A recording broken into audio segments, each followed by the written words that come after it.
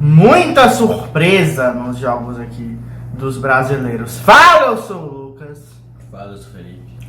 E hoje a gente tá aqui para mais um vídeo do canal Canda Bola. E dessa vez vamos analisar tudo que rolou aí nas oitavas de final das competições sul-americanas, né? Nas competições da Conmebol.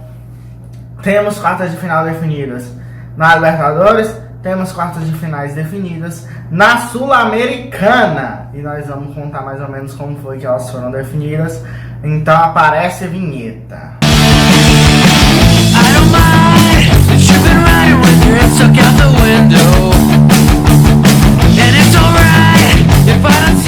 Fluminense e Argentinos Júnior para começar, né?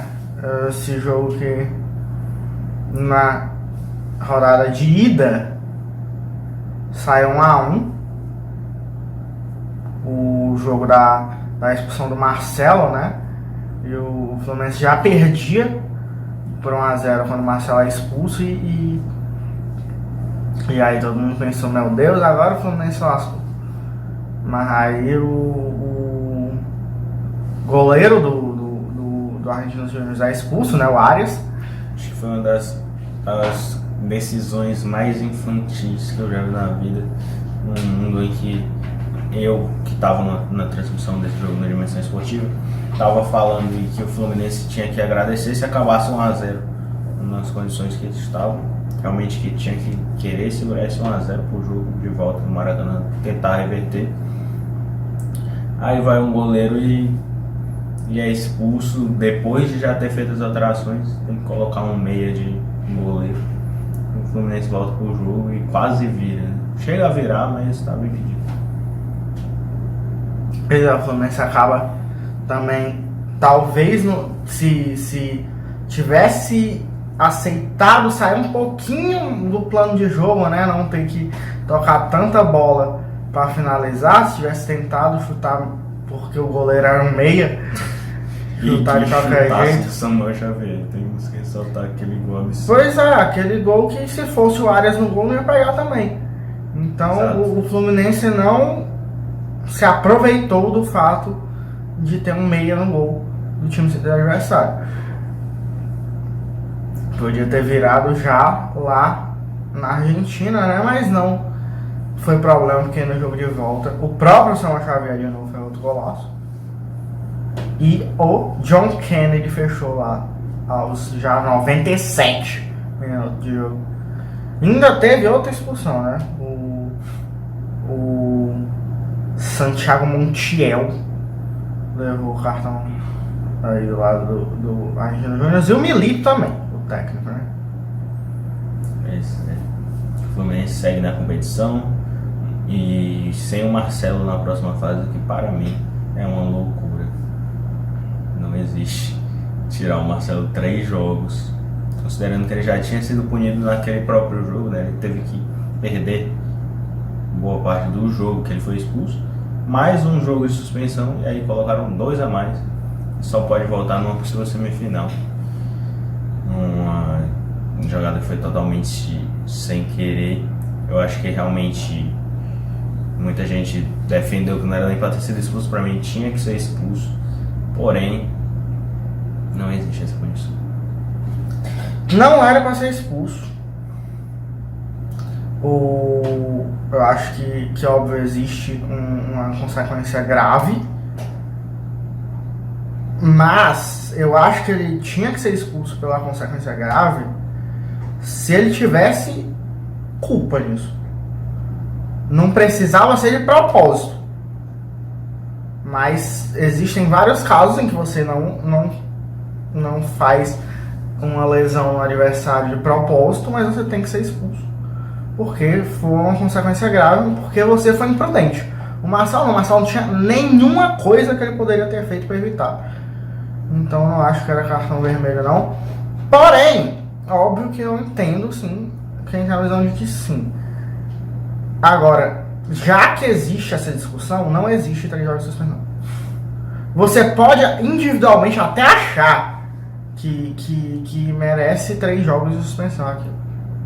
Mas a partir do momento em que existe uma divisão clara de opiniões, até se era para ter sido expulso naquele jogo ou não existe uma punição de 3 jogos para um caso tão dividido desse. Pois é, muito louco, como eu falei.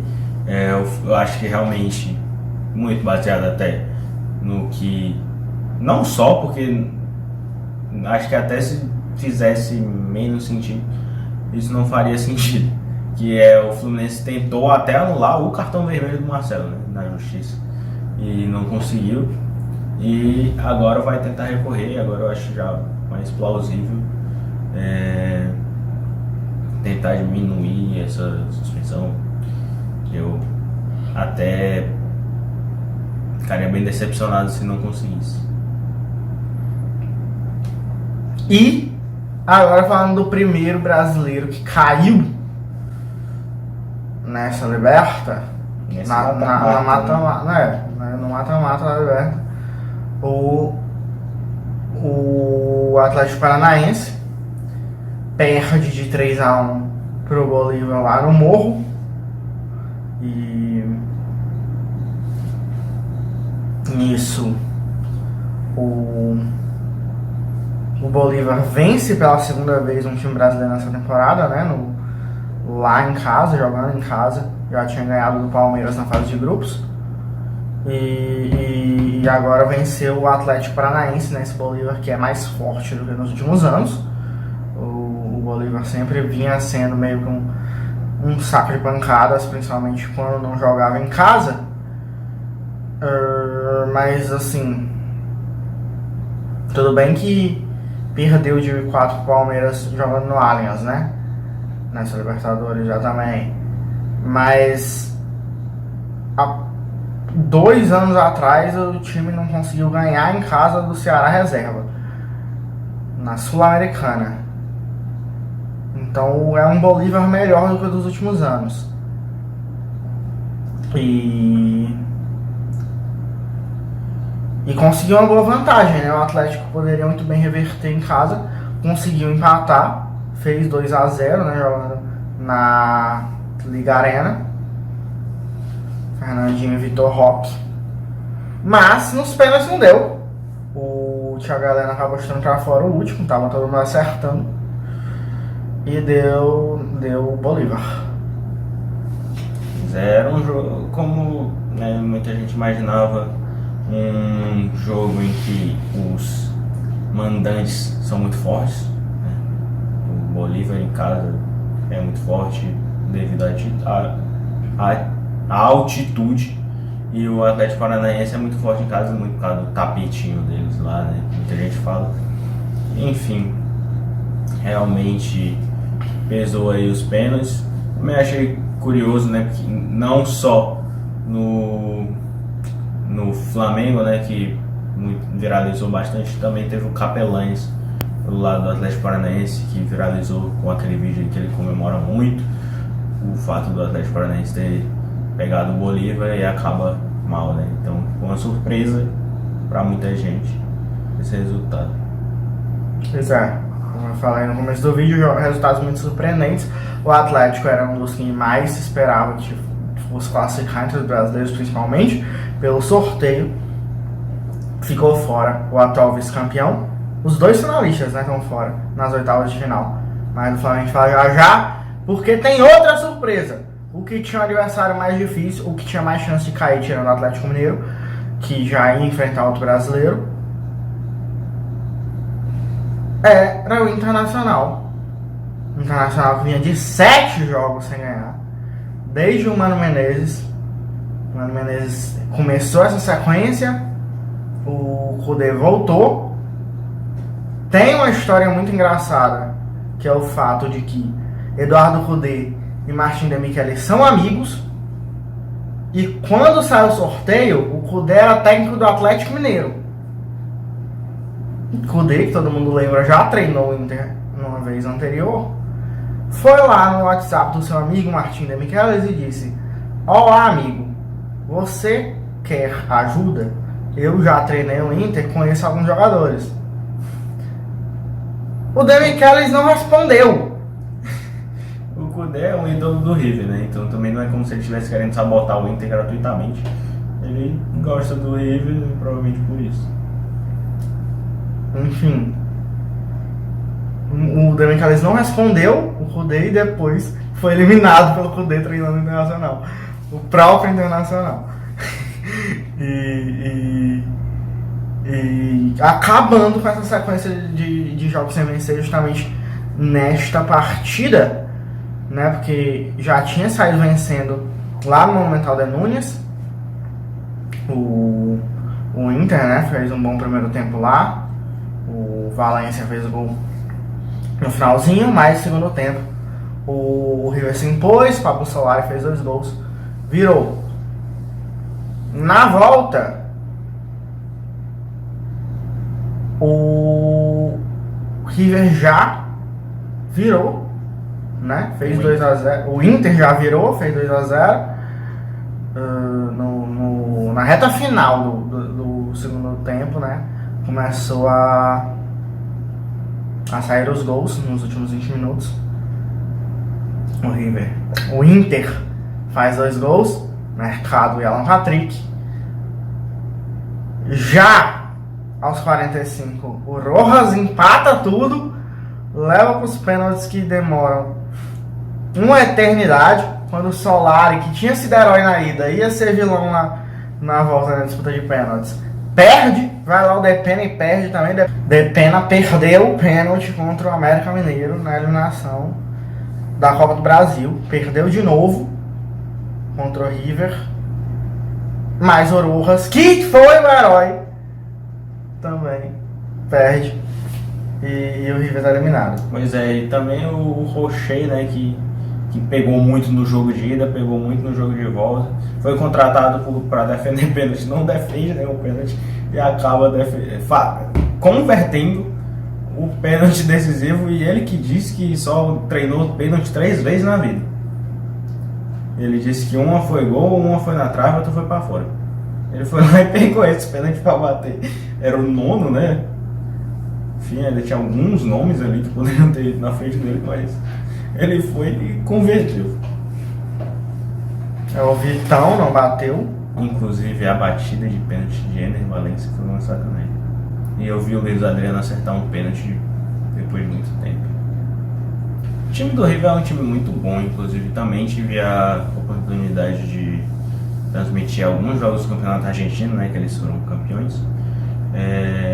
Esse ataque é muito interessante, o De La Cruz no meio. Enfim, o Beltrán, que já está vendido para a Fiorentina, né, vai ser substituto do Arthur Cabral, que saiu para substituir o Gonzalo Ramos no Benfica. E ainda tinha reforços que tinham chegado pensando muito nessa Libertadores, que eram o Lanzini e o Pete Martinez, né? Vão acabar não fazendo seu papel nessa Libertadores ainda. Pelo lado do Boca, por exemplo, agora está muito mais forte. Foi bem ruim no Campeonato Argentino. Agora tem o Edinson Cavani no seu ataque para reforçar e pode fazer bastante diferença. O River, no caso, os 2 jogadores que fizeram gol na eliminatória, né? Os 2 gols do Solari no jogo de ida e o gol do Rojas no Beira-Rio, perderam seus pênaltis, eliminado o time argentino. Indo para a Sul-Americana na terça-feira, Fortaleza e Libertad, um dos jogos mais emocionantes, né? O Fortaleza tinha ganhado de 1-0 no jogo de ida, fez 1-0 cedo, né? O que fez com que, apesar do jogo mais ou menos a partir disso, conseguisse uma excelente vitória, importantíssima lá no Paraguai contra o Libertad, né? O Fortaleza, que foi com alguns, principalmente no ataque, né? Alguns jogadores que não eram dos titulares, mas o Guilherme até faz um bom jogo nesse Libertad 0 Fortaleza 1, da assistência do gol do Zé Wellison. Mas o Fortaleza não faz uma partida muito boa depois que faz o gol.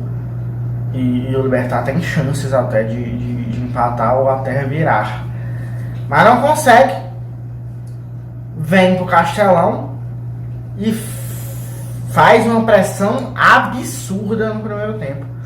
O primeiro tempo do Fortaleza é horrível. Joga nada, assim, não consegue criar. E se vê assim encurralado em vários momentos pelo time paraguaio, né? Consegue resistir a isso. No segundo tempo as coisas vão se equilibrando no começo e do meio pra frente o Libertad cansa e aí o Fortaleza começa a fazer pressão. Mas o Libertad tinha feito o gol no finalzinho do primeiro tempo, né? O Espinosa faz 1-0, empatando a disputa, né? Tinha sido 1-0 Fortaleza no Paraguai, estava sendo 1-0 pro Libertad no Castelão. O Fortaleza começa uma pressão e isso na metade do segundo tempo já. Diferente de vários outros momentos, isso desde o começo da temporada, que o Fortaleza precisava buscar resultado no final, foi uma pressão organizada, uma pressão em que estava criando chances de jogo realmente, porque estava construindo boas jogadas. Lá desde a Copa do Nordeste, desde a primeira derrota para o Ceará no Campeonato Cearense, por exemplo, o Fortaleza várias vezes esteve atrás do placar no ano e não sabia o que fazer com a bola a partir disso. Ficava jogando a bola dentro da área de qualquer jeito e não dava em nada. Ou às vezes até dava um pouquinho, né? Por exemplo, o 3-2 da semifinal da Copa do Nordeste. O Fortaleza perde para o Ceará. Eu tava na transmissão desse jogo, por exemplo, da Dimensão Esportiva, e falo que o natural de acontecer quando tava 3-1, o Galhardo expulso, não sei quem, aí eu acho que o Vojvoda começa a botar o time todo pra frente, e eu falo que o natural de acontecer era o Ceará fazer uma vitória elástica. O Fortaleza consegue fazer um segundo gol ainda com o Lucero desse jeito, numa loucura, jogando a bola de qualquer jeito. Mas geralmente não conseguiu durante o ano, quando estava atrás do placar, reverter muitas situações, porque estava sem ideias e sem organização. Dessa vez não, teve um volume de chances muito boa criadas, e aí começou a descambar quando o Pires faz aquela expulsão ridícula. Na falta, o Marinho vai e faz um golaço. O Marinho, que a torcida com certeza xingou muito o Vojvoda quando ele chamou, mas até porque tinha vindo de um jogo muito ruim contra o Goiás. E ele foi decisivo, né? Então, depois, enfim, do time titular do Libertad foram 3 expulsos. Um já estava no banco nessa hora, mas dos 11 que iniciaram, 3 jogadores do Libertad foram expulsos. Isso aí já tinha acabado. O Libertad não estava conseguindo mais ter força para sair de trás nem com 11 contra 11. Quando começaram a sair expulsões, eles até perderam a vergonha e começaram a bater de vez para ser expulso mesmo, a brigar de vez sem ter medo de vamos prejudicar o time. Não, já morreu, vamos morrer pelo menos brigando aqui, que eles acham isso bonito. Defensa e Justiça em Emelec. O primeiro jogo foi 2-1 pro Defensa e Justiça. Uma de virada, né? O Emelec faz 1-0 com o Carabali. O time argentino com Nicolás Fernandes e Gastão Toni no finalzinho, realmente virada emocionante, faz 2-1. Na volta, mais um gol do Defensa e Justiça Davi Arbona, confirmando a vitória do time argentino na classificação. Newell's e Corinthians. Primeiro jogo ali que foi estranho, porque o Corinthians joga muito melhor que o Newell's no primeiro tempo e sai perdendo de 1-0. E depois o Newell's volta muito melhor que o Corinthians no segundo tempo e o Corinthians vira. Então foi um jogo bem atípico, com mais uma vez a base decidindo, né? Na Sul-Americana. Na fase anterior, o Ryan tinha feito o gol decisivo contra o Universitário, né? E dessa vez foi o Wesley, que também fez seu primeiro gol no profissional, inclusive sai agradecendo o Luxemburgo. Na volta, inclusive esse jogo teve a surpresa do excelente desempenho de Angel Romero quando entrou. Assim, ninguém acreditava, ninguém entendeu, todo mundo ficou revoltado porque o Luxemburgo chamou o Romero. O Romero decidiu o jogo, simplesmente. Ele entrou jogando muito e deu assistência pro Wesley. Na volta, 0-0, triste, horroroso, uma das coisas mais feias que eu já vi no ano. Tanto que se você for a Conmebol sempre bota a jogada da partida, né, no final desses jogos, na transmissão, vê qual foi a jogada da partida desse Newell's 0, Corinthians 0.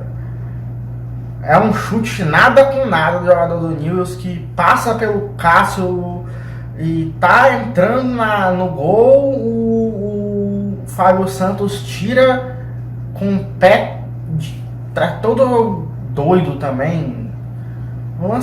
Horroroso também a jogada da partida desse jogo. Suficiente para se classificar.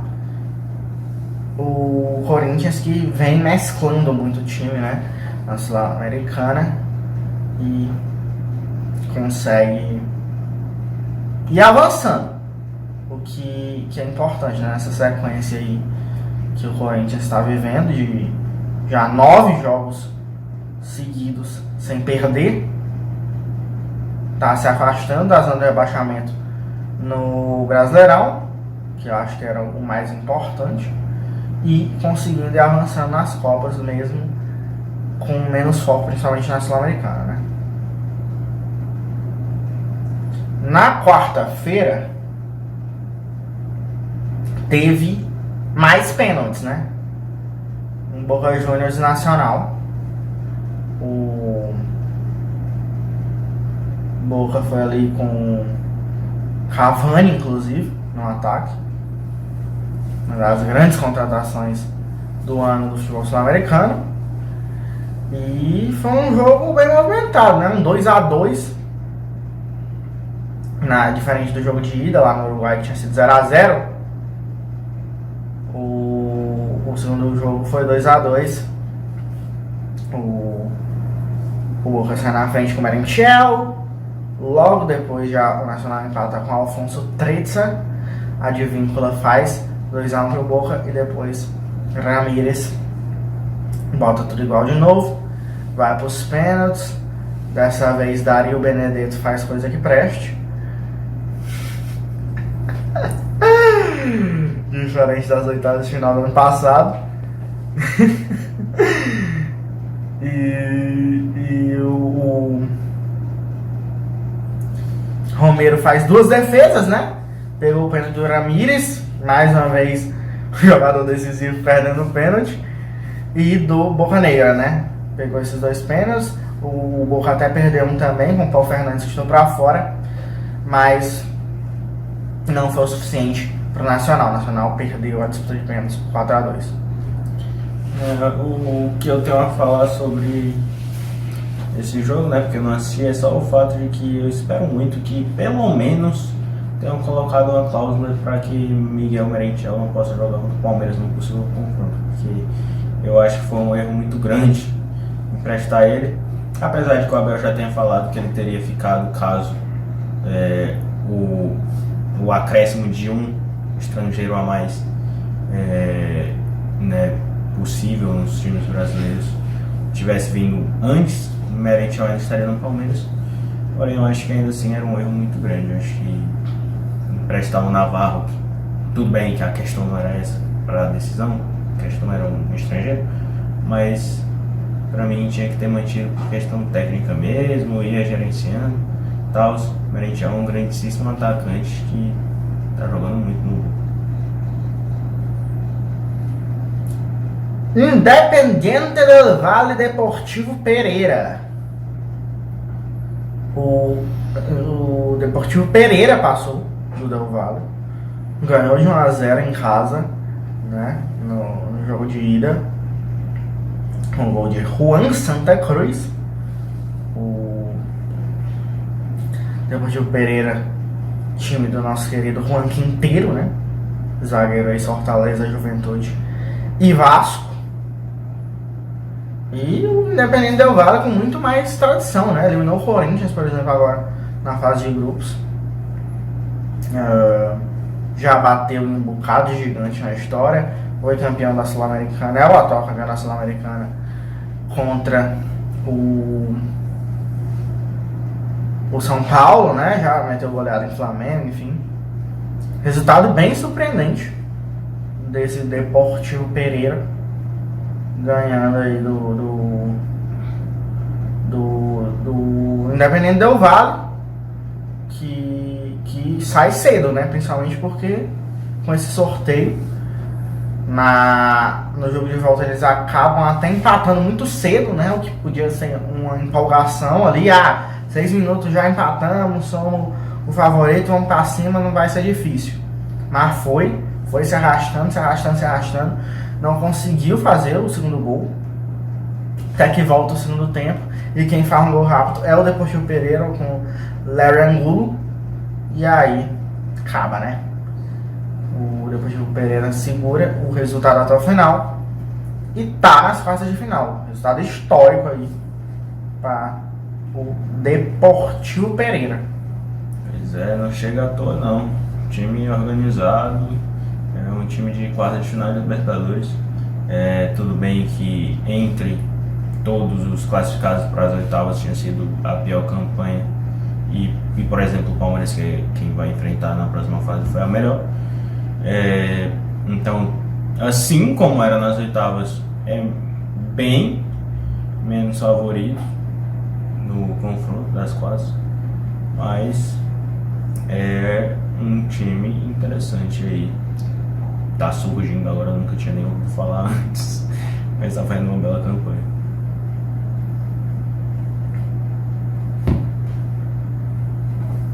E o Palmeiras, que eliminou o Atlético Mineiro, ganhando o primeiro jogo de 1-0, numa partida que conseguiu ir bem ali, né? Foi um começo, eu acho, talvez. Acho que começa contra o Fortaleza, não foi um super jogo. Depois ele começa no crescimento contra o América, realmente mais de desempenho, porque o contra-resultado já tinha vindo contra o Fortaleza. Mas precisava desse jogo contra o Atlético, né? Um jogo de peso mesmo, que ganhou com tranquilidade. Acho que, não que ganhou, mas que ganhou com tranquilidade, mais por demérito do Atlético do que por méritos do Palmeiras. A tranquilidade, não a vitória. A coisa mais fácil do mundo de ganhar o jogo. Eu acho mais ou menos, porque eu acho que a defesa do Palmeiras foi absurda nesse jogo. E a do Atlético não existia. Mas, né, o Hulk, que é o jogador que foi anulado pelos zagueiros do Palmeiras. E o Rafael Veiga, que é o jogador que teve o maior espaço do planeta.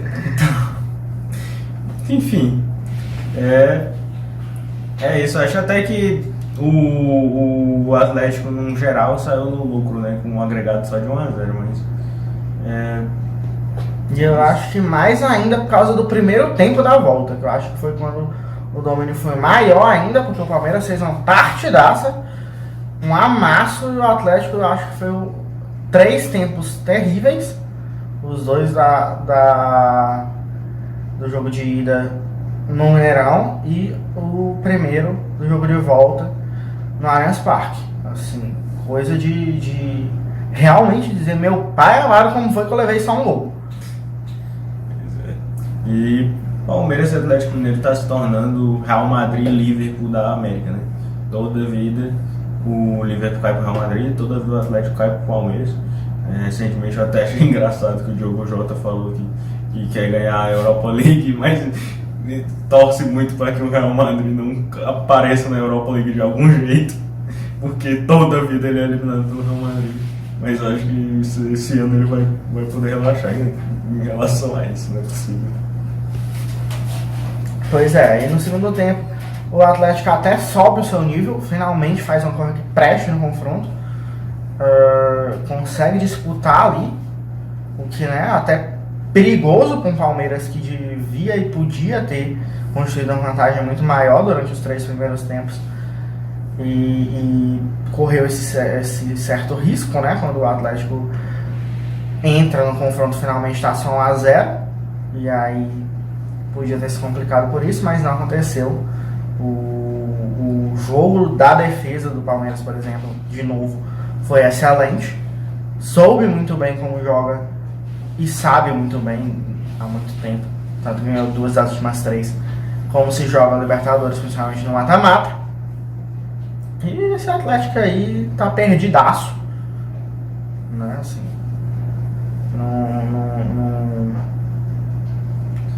não tá indo pra lugar nenhum. Eu acredito que a melhor decisão que o Atlético deveria tomar agora seria a demissão do Felipão.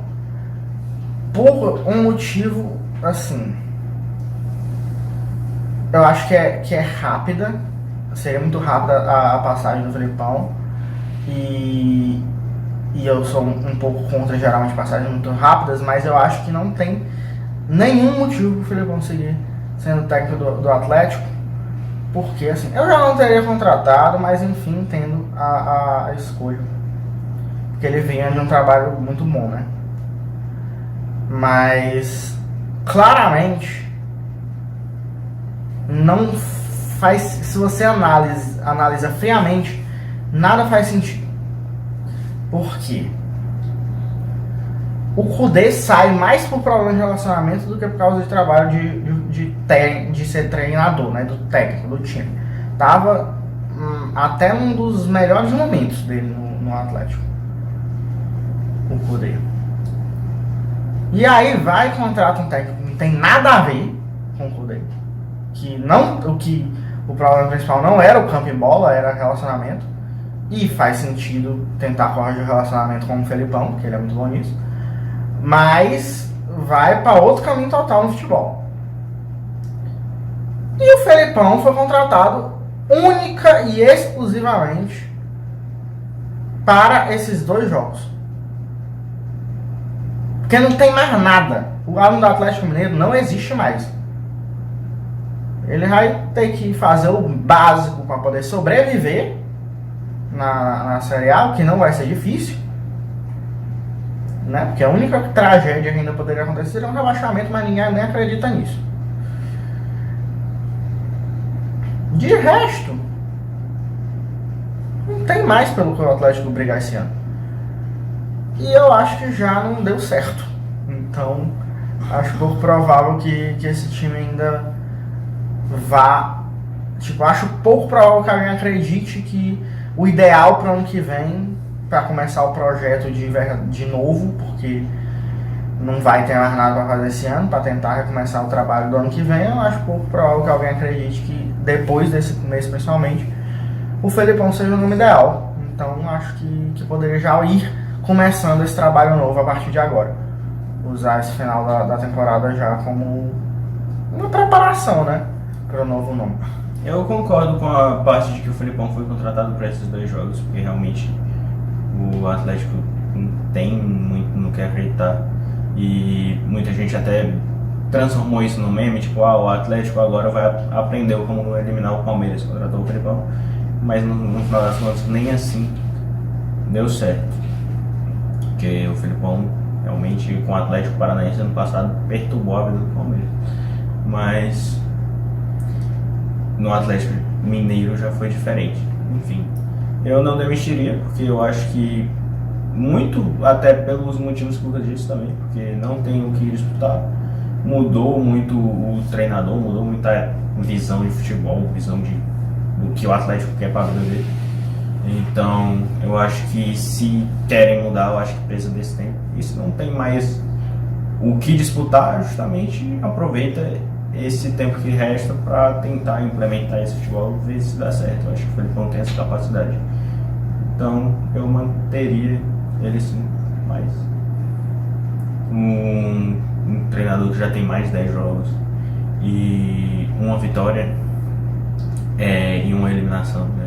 E 0 futebol. Pois é. Eu assisti o jogo da vitória do Atlético Mineiro contra o São Paulo, né? Mas enfim, no Brasil fica difícil de acreditar que vão fazer isso, mas eu faria.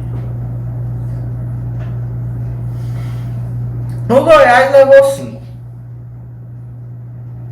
Foi 3 lá em La Plata. Parece até com a eliminação do Fortaleza no passado na Libertadores, quando o próprio Estudiantes. Só que é no jogo de volta, né? Tem uma expulsão, depois leva 3 no Estudiantes. E na volta leva mais 2 agora. O Goiás também foi jogar em casa e levou mais os outros 2 gols do Estudiantes. O Benedetti e o Hoheiser fizeram os gols do jogo de volta. E o Goiás, que faz uma temporada estranha, uma Sul-Americana mais estranha ainda, termina de uma forma bem estranha também, porque, enfim, jogou bola na Sul-Americana para sair desse jeito. Ainda classificou em primeiro do grupo, sendo que tinha chance de ser eliminado na última rodada. E tão estranho que é essa campanha. Mas classificou em primeiro no grupo dele, o Goiás, e no final das contas chega nas oitavas e perde de 5-0 na agregado. Bem decepcionante. E o Botafogo também foi um jogo triste de se assistir. No jogo de volta, 0-0. Na ida estava perdendo pro Guarani, né? Saiu perdendo muito cedo. Lá em casa, na verdade, né? No Engenhão. Mas rolou a entrada do Tiquinho Soares, né? E Tiquinho Soares mudou tudo, fez o gol da vitória no último minuto. E 2-1 pro Botafogo no jogo de ida. No jogo de volta bastou 0-0 para se classificar. E aí rolou a eliminação. Não, só ainda sobre o Botafogo, eu só acho que para um jogo contra o Defensa e Justiça, eu acho que vai ser exigido mais do que o Botafogo vem entregando na Sul-Americana. Eu acho que até em questão de time titular, não é nem questão de desempenho só, e sim vai ter que colocar suas melhores peças. Acho que não passa com o time misto. Aí vai ver se eles vão querer. Então, Olímpia e Flamengo, né? A gente já falou da eliminação de um dos finalistas do ano passado. Caiu mais um, caiu outro finalista de 2022, o atual campeão da Libertadores. De novo, tá fora nas oitavas de final. O Flamengo foi campeão em 2019, caiu nas oitavas pro Racing em 2020, foi campeão em 2022, caiu nas oitavas para o Olímpia em 2023. Primeiro jogo, o Flamengo poderia ter feito mais gols, né? Acho que peca muito no jogo de ida. Faltou fazer mais gols no jogo de ida, né? O Flamengo criou boas oportunidades. O Bruno Henrique jogou muita bola. Foi mais 75% de posse de bola no total do Flamengo. 16 finalizações contra 5. O Olímpia não chutou no gol, apesar de ter tido uma chance excelente, né? Ele bateu na trave, o que conta com finalização para fora. Mas o Flamengo saiu só com 1-0 do Maracanã. E por mais que ninguém acreditava que aconteceu o que aconteceu, todo mundo alertava que devia ter feito mais gol. Devia ter se imposto mais, porque teve volume para isso. Além de ser o natural, de ser muito mais time e ser muito favorito no confronto, o Flamengo teve volume para ganhar de mais de 1-0 no Maracanã. Tanto é que o Olímpia acabou o primeiro jogo fazendo cera para acabar com só 1-0. E aí vai saber se isso era um risco calculado, se não era, mas enfim, deu certo. Na volta, o Bruno Henrique faz gol cedo, de novo, né? Menos de 10 minutos estava 2-0 pro Flamengo na eliminatória. 2 gols de Bruno Henrique. E aí, 4 minutos depois, já sai o gol de empate do Ivan Torres. E no segundo tempo, a tragédia do time do Flamengo rola totalmente. Saem os gols de Richard Ortiz e Facundo Brueira. 3-1 pro Olímpia, um resultado completamente inesperado. Mas muito merecido, né? Assim, você vê as estatísticas, a posse de bola não chega a inverter, né? Mas cai bastante do Flamengo, né? 75% no jogo de ida, no jogo de volta é só 55%.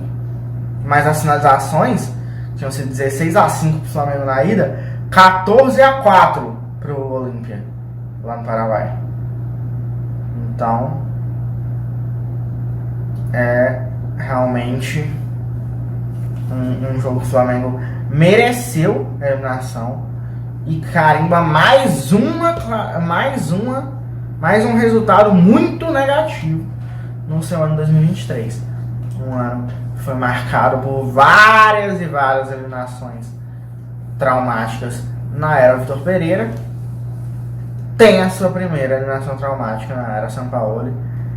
E até aqui parece que a Copa do Brasil vem sendo a exceção, né? A Copa do Brasil eles foram muito bem contra o Fluminense, muito bem no jogo de ida contra o Grêmio. Se rolasse outra loucura de o Grêmio virasse esse jogo, aí realmente ia ser... Já é, né? Talvez um dos piores anos da história do Flamengo. Mas aí ia ser para meu pai amado, não sei nem o que falar.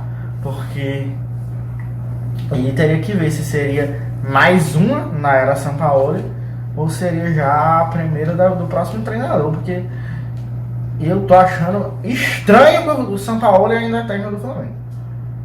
Eu não consigo acreditar quase. Porque simplesmente... Para começar, não tem como não pelo menos suspeitar que o elenco está derrubando. Porque o time estava começando aí numa crescente muito boa, rola o soco do preparador físico no Pedro e tudo vai para água abaixo.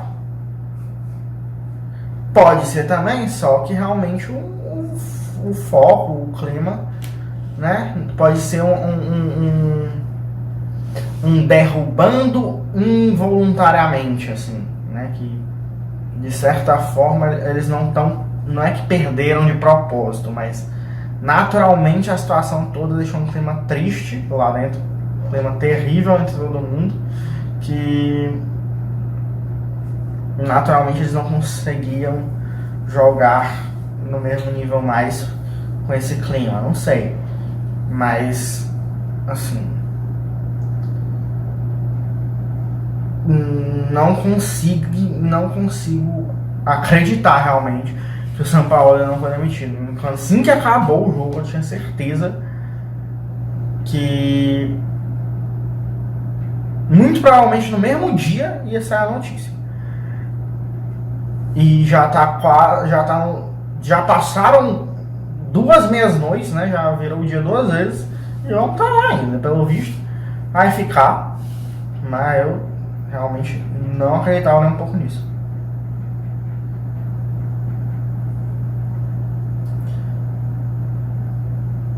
O Racing meteu uma virada histórica para cima do Atlético Nacional, porque jogou lá na Colômbia, no jogo de ida, levou o primeiro gol do Zapata, levou o segundo gol do Duque, levou o terceiro gol do Canteira, tava perdendo de 3-0 já a quase 40 do segundo tempo. Consegue ainda se recuperar no mesmo jogo, faz um gol, 2 gols de pênalti, o Piove converte os 2 pênaltis pro Racing.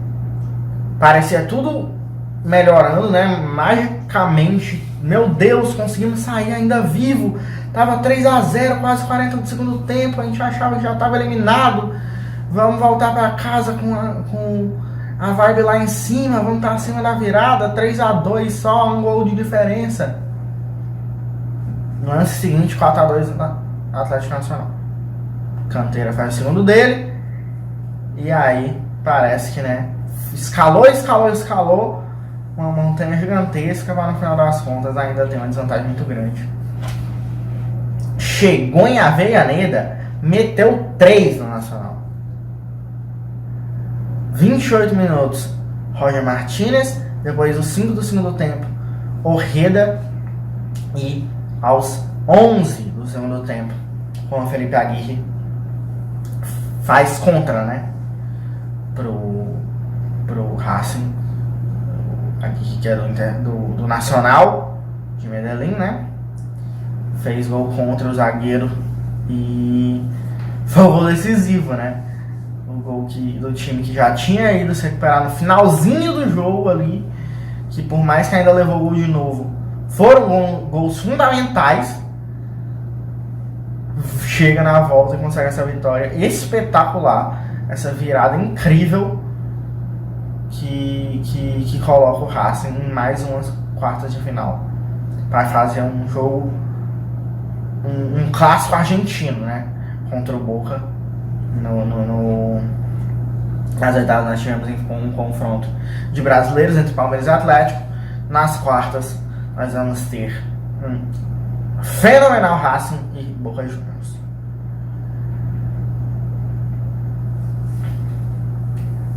E tivemos ainda na quinta-feira na Sul-Americana São Paulo também com uma virada espetacular, né? Falando de virada espetacular do Racing, o São Paulo tinha perdido de 1-0 num jogo muito ruim contra o São Lourenço lá na Argentina. São Paulo não jogou bem, não jogou nada realmente. O São Lourenço defendeu bem, o Barrios fez uma partidaça, craque do jogo. O Leguizamon jogou bem, enfim. Maroni no começo estava só batendo, mas depois começou também a ajudar bastante. Deu assistência, inclusive, do gol do Barreiro. Começa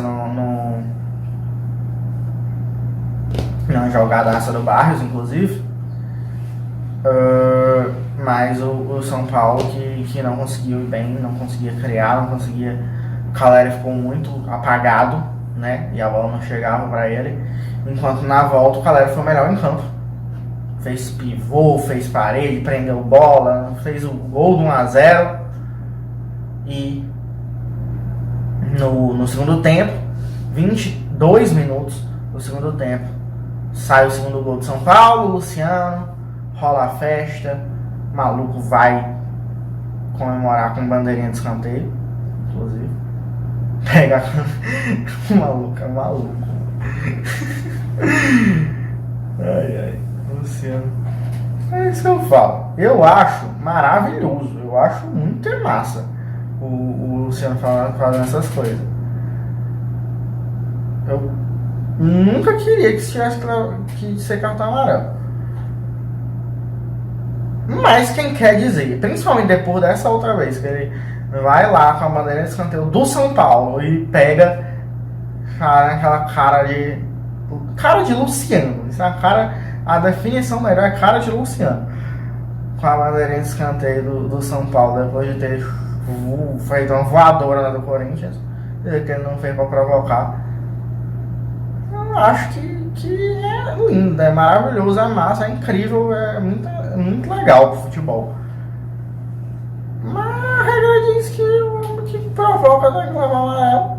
E o juiz deu amarelo pro homem que provocou. Assim, discordo completamente da regra. Não queria que o Luciano tivesse levado cartão amarelo por isso.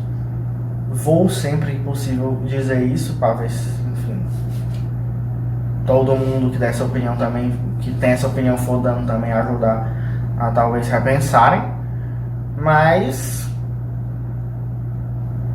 dizer que o Luciano não fez para provocar, aí é outra coisa. Eu sei que concordar que é chato dar um cartão amarelo por isso, eu concordo contigo. Agora, querer reclamar que o Luciano levou amarelo, querendo tentar dizer que não, ele só chutou uma bandeira, é a mesma coisa que o Vardy fez, que o Vardy sai chutando aquela bandeirinha, mesma coisa com um bocado de jogador que o próprio, como é o nome? Erisson de São Paulo faz essa comemoração sempre, né? É sempre, com a bandeirinha, claramente, não era porque era o Corinthians. Ele não voadora na bandeira, não, ele mandou no Corinthians.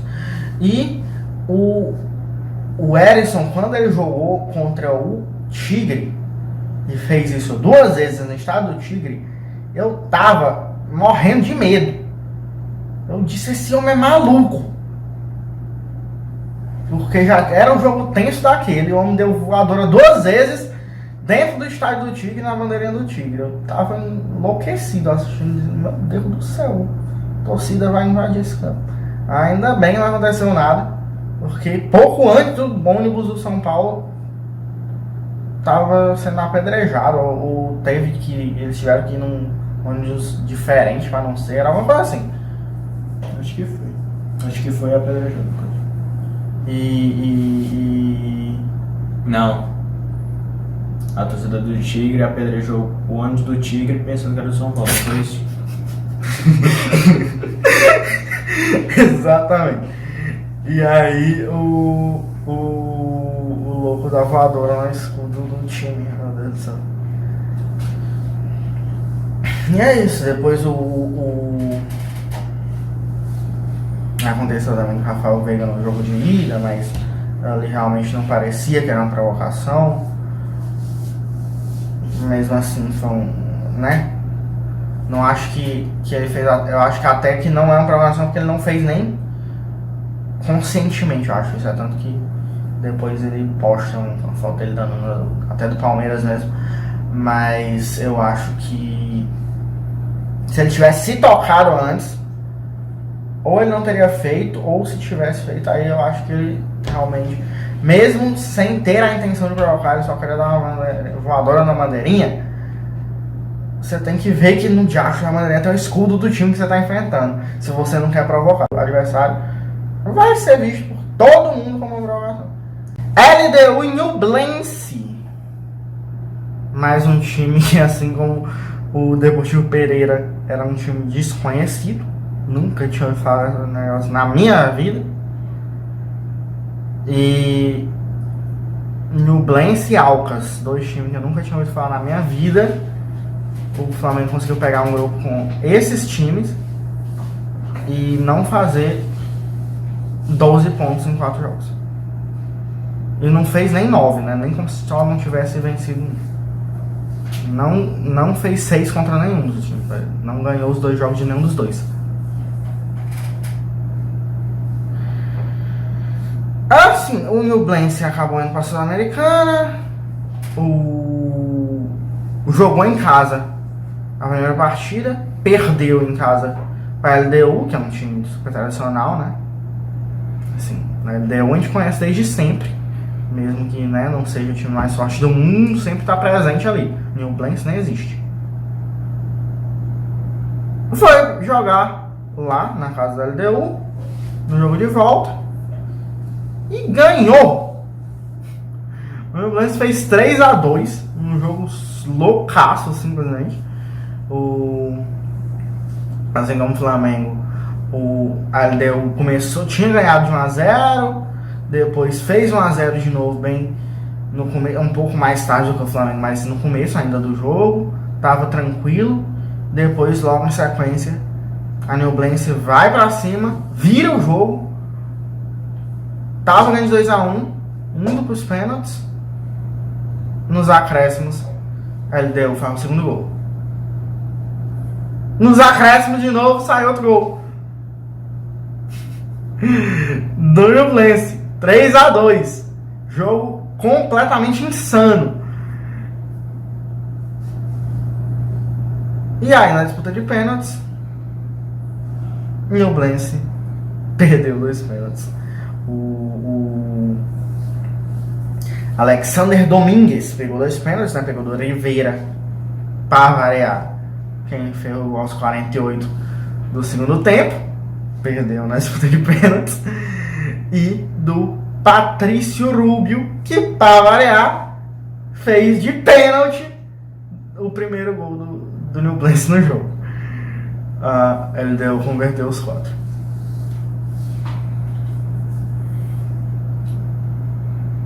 E mais uma disputa de pênaltis com essa loucura aqui de América Mineiro e Red Bull Bragantino, né? O jogo de ida foi no Independência. O Éder fez contra no finalzinho do primeiro tempo, mas o Mastriani ali na segunda etapa, né, o gol com a assistência do Martins, dois se conhecem desde a época de Barcelona de Guayaquil, empatou, né? Deixou a América aí ainda vivo, né? Por mais que o Bragantino era favorito. Na volta, aí foi um 3-3 maluco. Só teve jogo doido. Se você for ver, a maioria desses jogos foi tudo doido, mas esse aqui foi um dos mais doidos. O Red Bull Bragantino sai 1-0 com um sorriso, mas aí vai, simplesmente saem 3 gols nos acréscimos do primeiro tempo. Mastriani 1-1 aos 46, Sorriso 2-1 aos 48, Éder, que tinha feito contra na ida, aos 50 do primeiro tempo, faz 2-2. No segundo tempo ainda teve gol de Léo Ortiz, que fez 3-2 Red Bull Bragantino, e aos... Eu acho que sentiu, mas não tô sentindo.